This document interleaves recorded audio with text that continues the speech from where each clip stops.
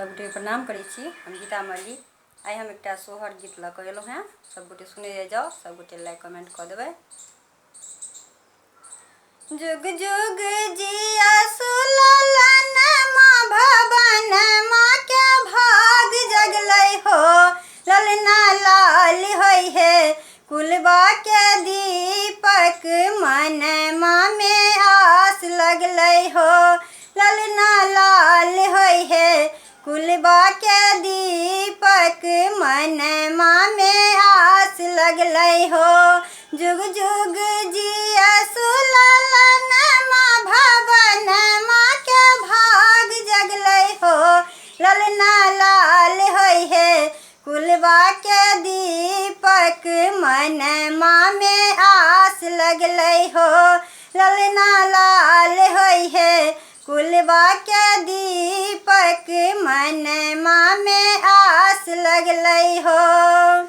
आजू के दिन माँ सुहावन रतिया लुभावन हो।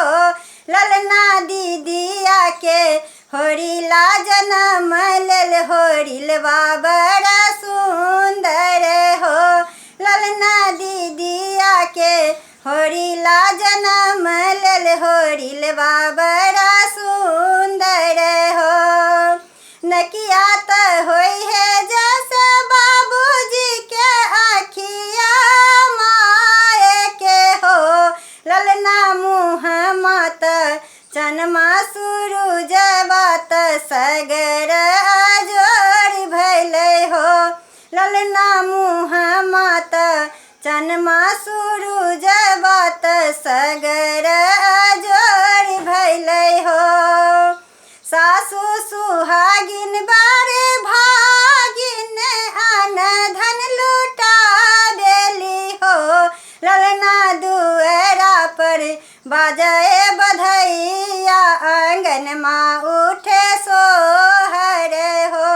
ललना दुअरा पर बाजे बधैया आंगन माँ उठे सोहर हो।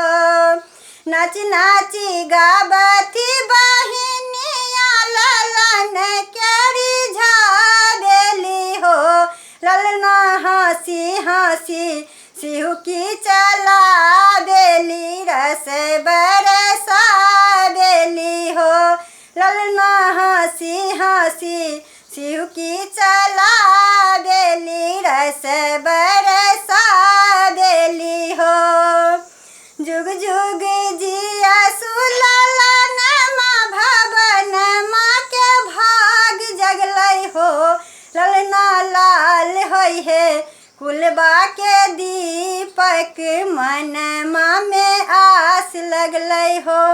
ललना लाल होई है कुलबा के दीपक मन माँ में आस लगलै हो।